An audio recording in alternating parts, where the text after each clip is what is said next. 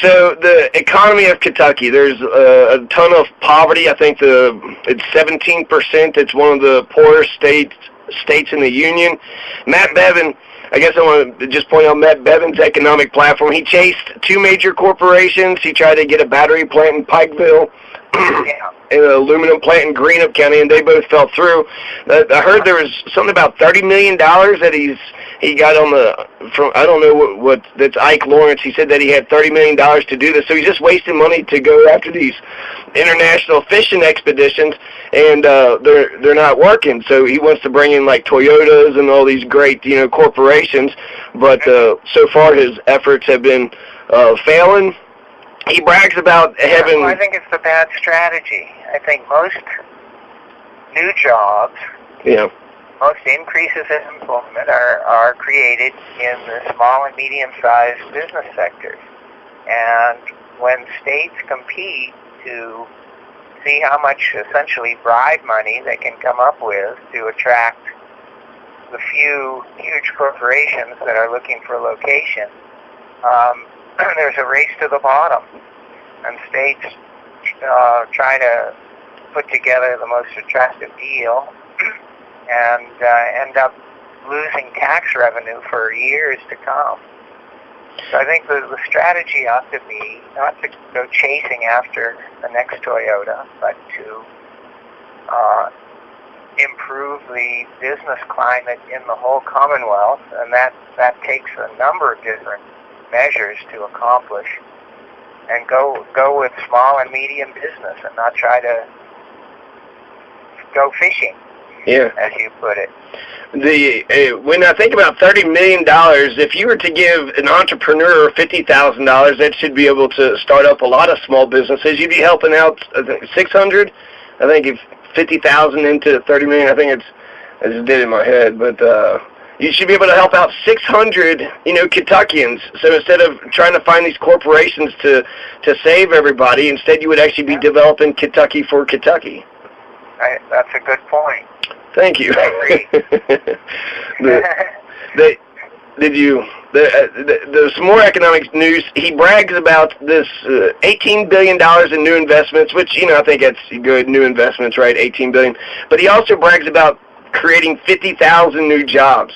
You've been in there for 3.5 years. There's, nearly 5 million Kentuckians. Everybody needs jobs, and you've only brought in 50,000? That seems like a very low number. And then usually, statistics, there's, 3 kinds of lies, damn lies, and statistics.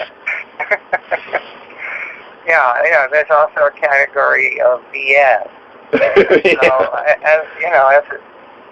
As a trained economist, I have a bachelor's in economics from MIT and a master's in agricultural economics from UK. I treat all the statistics with skepticism. I don't know how many jobs Matt Bevin can legitimately claim credit for. I would suggest the number might be about 0. What would you say about the economy? How has Matt Bevin ran Kentucky's economy? Well, busting unions. I mean, he's intensified the class war, and he's made Kentucky a more polarized state. I don't think he's done anything good. Nothing? You don't think he cleaned up the Capitol? They washed the outside of the Capitol building. Right, so that employed a few people. That's true. But you're right. I mean, he cut dental and vision coverage for 460,000 Kentuckians. Dentists. That makes Kentucky much less attractive for employers. I mean, their workforce is going to be thicker. Yeah.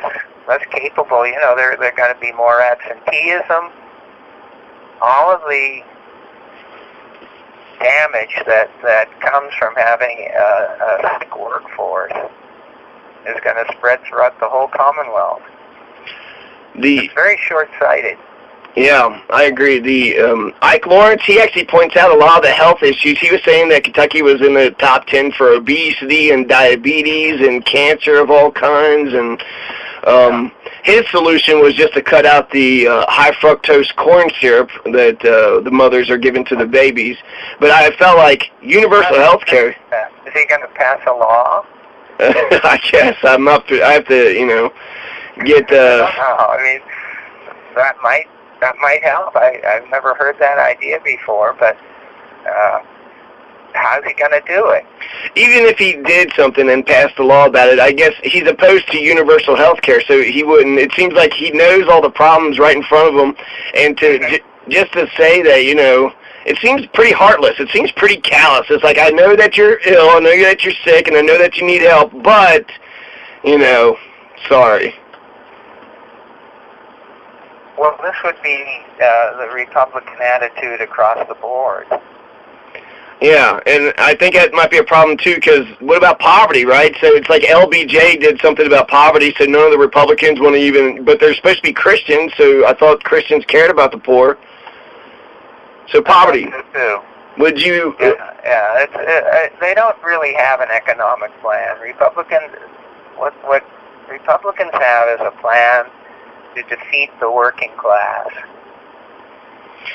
Yeah, the rhetoric. Defeat the Democratic Party. That's their whole plan. And the working class is what keeps this whole thing going. Yes. All right. It's very divisive, and Bevin and I think Donald Trump are both typical Republicans in that respect. Nothing unusual about Trump. Right. I once heard that Obama was who he wanted to be, but Trump is who we actually are. I don't know. Okay. No, let's not go there. Okay, that's fine. let's. I don't disagree with that idea. That seems pretty truthful. Well, I guess the reason why I pointed out is just that they try to make Donald as like some sort of aberration, like he's totally divorced from. This has been the Republican policies for 3 decades. So. Yeah, exactly. That's what I'm saying. Okay.